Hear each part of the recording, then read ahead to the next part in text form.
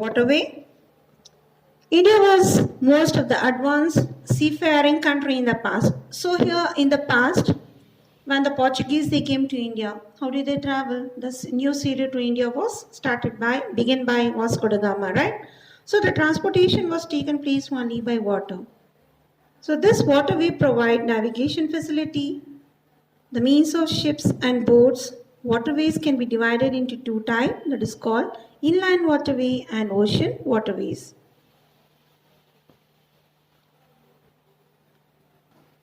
Inland waterway, rivers, lakes, backwater and canals, they are called as inland waterway. So when you go for a water place, have you enjoyed the riding in a boat? You enjoy a ride? That is called the inland waterway. This play a vital important role for the transport system in India, and now they play a limited role due to the development of road and railway. Do people oftenly use this inland waterway? Do we travel every time? No. We just rush to the transport which we can reach it in time, either for the road transport in the means of the buses, or we use for the motorbikes or railways.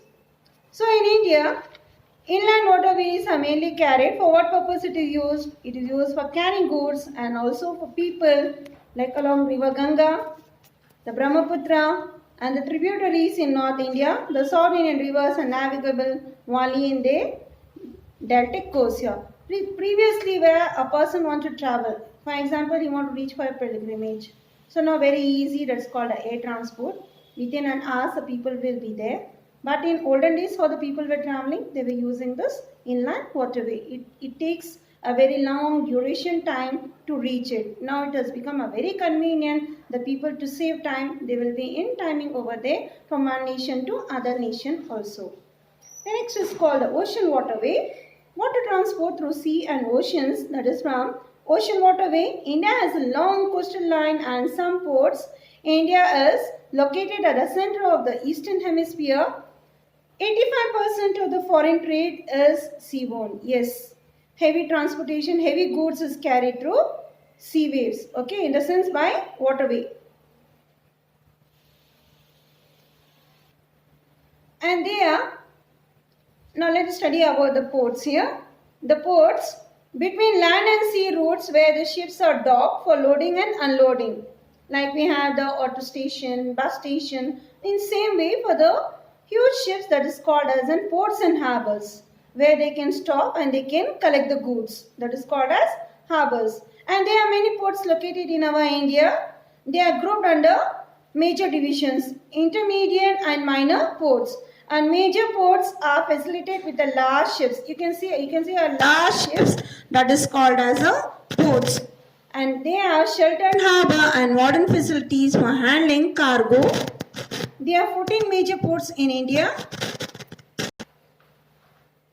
of which 6 are along the west coast and the 7 along the east coast. Now let us study about one by one the ports off to the west coast. The ports on the west coast where Arabian Sea comes. Kandala, it is located at the head of the Gulf of Kutch in Gujarat. So your children, these ports you will be getting for marking in India map. You have to draw the map, and if they ask you to locate, you are going to locate it where it comes. In Gujarat, that is called the Kandala. Mumbai, this is the biggest and most spacious and well-sheltered port situated in Maharashtra, Gateway of India. So they are going to give in this way, Gateway of India. So where it comes, where you are going to locate? In Mumbai. Jawaharlal Nehru Port, this is known as Nhava Sheva Port. It is located near Elephanta Caves, 10 km from Mumbai. And this is built for the release of pressure on Mumbai port. These all are very important, children. Marmagova, this is situated on the entrance of Zuri River in Goa. And New Mangaluru, this is known as the Gateway of Karnataka. This is situated at Panabur to the north of Mangaluru.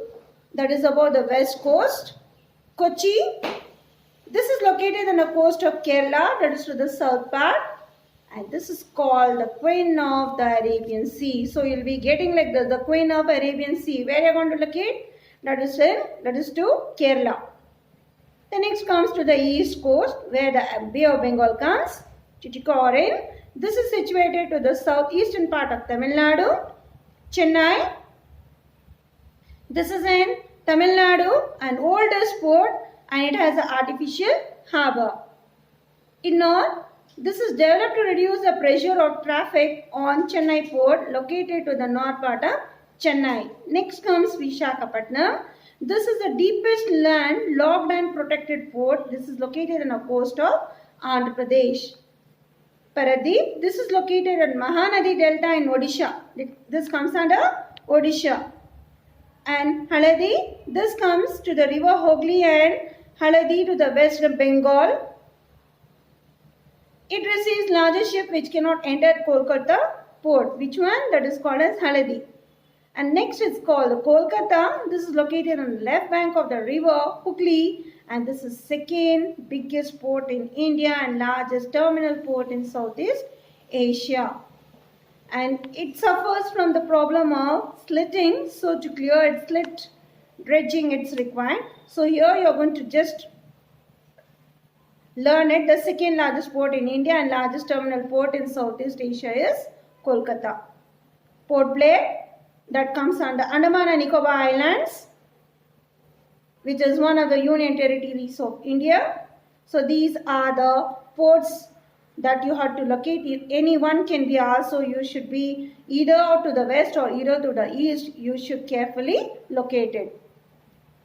Now let us discuss about one more transport, that is called air transport. This air transport is the quickest means of transport. It is very efficient to carry passengers and mail. It is cheap. It is not cheap. It is very expensive. Every people can go through this air transport. It's not possible for every person. People, those who are convenient, they can use this type of air transport. The times of emergencies, this air transport plays a vital role, like in war, floods, earthquake. Air transports are very, very useful. They can provide medicine, food, and they can lift the people, those who are suffering over there, etc. India is a vast country and has all the favorable factors of the development of air transport. This also comes under central government. There are two separate corporations for operational purpose. They are Air India International, which provides service between India and various other countries. So when you see the aeroplane, you have observed, right, Air India. So this is a service between India and various countries. And the one more, it's called Indian Airline. This operate within the country and also connect neighboring country. So within a nation and also to the neighboring countries. Air transport is a public sector and they are private air transport company. Living to this too, we can see the private air company also, right? Holding permit, that is for non-scheduled service, like that is Jet Airway, Sahara Airway Lines, Paramount Airways, etc. There are 141 airports in India, which are 28 designated international airports, 88 domestic airports, and 25 civil enclaves at defense airfields. So you will be getting for multiple children here. You should be very careful to answer this. The Airport Authority of India manages these airports here. Now let us discuss about the international airports of India. So which are those 14 international airports? Number one, it's called Indira Gandhi International Airport that comes under Delhi. Can you observe? Yes. While marking the international airport, where the question is given from marking in map here, so you should refer this symbol and then you should locate it.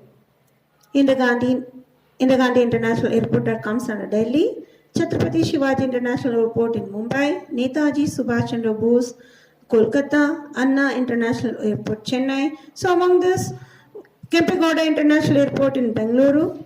Then one more, it's called as Dr. Babasaheb Ambedkar National Airport in Nagpur, Lal Bahadur Shastri International Airport at Varanasi.